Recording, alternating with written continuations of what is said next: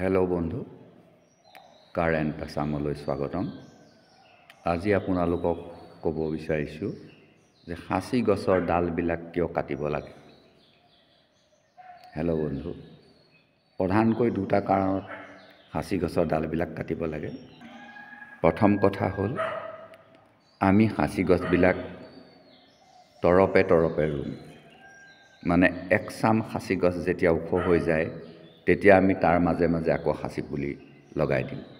সেয়া আপোনালোকে দেখিবলৈ পাইছে যে মোৰ কিছুমান সাঁচি গছ ডাঙৰ হৈছে, কিন্তু কিছুমান সাঁচি গছ সৰু হৈ আছে।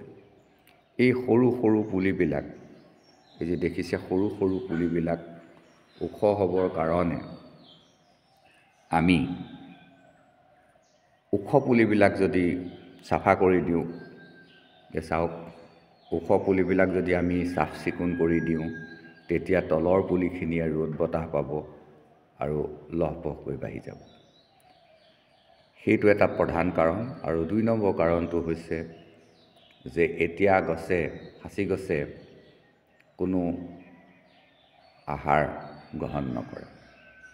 ই চ'ত মাহৰ পৰা পুনৰ তাৰ পাতবিলাকে আহাৰ প্ৰস্তুত কৰিবলৈ সক্ষম হ'ব। আৰু পানী পোৱাৰ লগে লগে এই গছবিলাকৰ পৰা নতুন নতুন পাত ওলাই আহিব।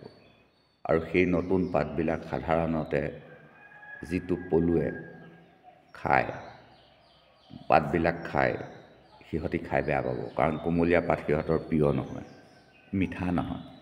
এই পুৰণা পাতবিলাক কিন্তু সিহঁতৰ বহুত মিঠা লাগে। সেইকাৰণে আমি যদি এই পুৰণা পাতবিলাক এতিয়াই আঁতৰাই দিওঁ, আমাৰ পলুৰ উপদ্ৰৱটো কিছু পৰিমাণে কমি যাব। মানে পখিলাবিলাকে পাতেৰে ভৰপূৰ হৈ থকা গছবিলাকতে কণী পাৰিব। যিবিলাক গছত কম পাত থাকিব, তেনে গছবিলাকত কণী নাপাৰিব, কাৰণ সিহঁতি প্ৰাকৃতিকভাৱেই জানে যে কোনজোপা গছৰ পাত খাই সিহঁতৰ পোৱালিবিলাক আকৌ ডাঙৰ হ'ব, পখিলা হ'বগৈ পাৰিব। হেল্ল' বন্ধু, আজি মই পাত কটাৰ সম্পৰ্কে এই দুটিমান লাগতিয়াল কথা কৈ মোৰ ভিডিঅ'টো চমুকৈ সামৰণি মাৰিব বিচাৰিছোঁ। মোৰ ভিডিঅ'টো চোৱাৰ বাবে আপোনাক অশেষ অশেষ ধন্যবাদ।